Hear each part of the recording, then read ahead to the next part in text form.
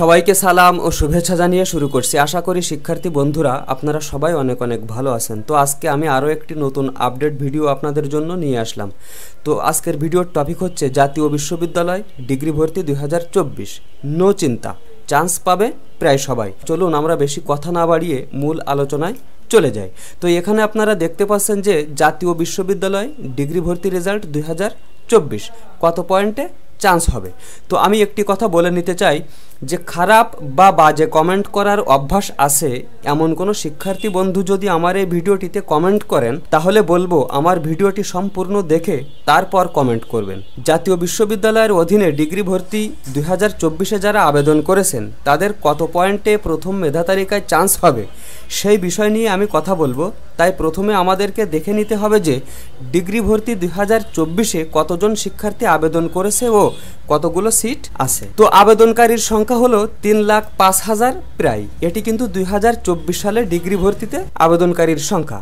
আর ডিগ্রিতে সিট আছে প্রায় 4,21,800। তো সেই দিকে খেয়াল করলে বোঝা যায় সকল শিক্ষার্থীর চান্স পাওয়ার সম্ভাবনা। তবে এমন কিছু কলেজ আছে যেখানে আসন সংখ্যার চেয়ে বেশি শিক্ষার্থী আবেদন করেছে, তাই সেই সমস্ত কলেজে সবার চান্স কিন্তু হবে না। সেখানে শুধুমাত্র যতগুলো সিট আছে সেই সমস্ত শিক্ষার্থীর চান্স হবে, বাকিগুলো বাদ যাবে।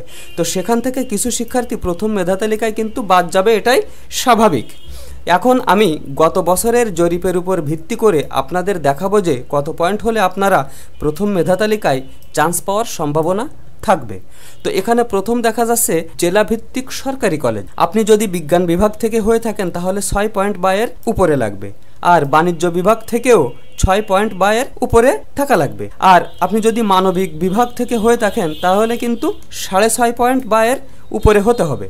আর এখানে দেখা যাচ্ছে যে উপজেলা ভিত্তিক সরকারি কলেজ, এখানে বিজ্ঞান বিভাগ 5 পয়েন্ট বা এর উপরে, বাণিজ্য বিভাগ 5 পয়েন্ট বা এর উপরে, আর মানবিক বিভাগ যদি আপনি হয়ে থাকেন তাহলে 5.50 বা এর উপরে আপনার পয়েন্ট থাকতে হবে। আর বেসরকারি কলেজগুলোতে ন্যূনতম জিপিএ থাকলে কিন্তু আপনার চান্স হবে। তবে প্রথম মেধা তালিকায় যদি চান্স নাও হয় যে কোনো মেধা তালিকা বা রিলিজ স্লিপে কিন্তু চান্স হবে ইনশাআল্লাহ। ডিগ্রি ভর্তি 2024-এর বিষয়ে নতুন যে কোনো ধরনের আপডেট আসলে আমার চ্যানেলে কিন্তু আপনারা সবার আগে পেয়ে যাবেন।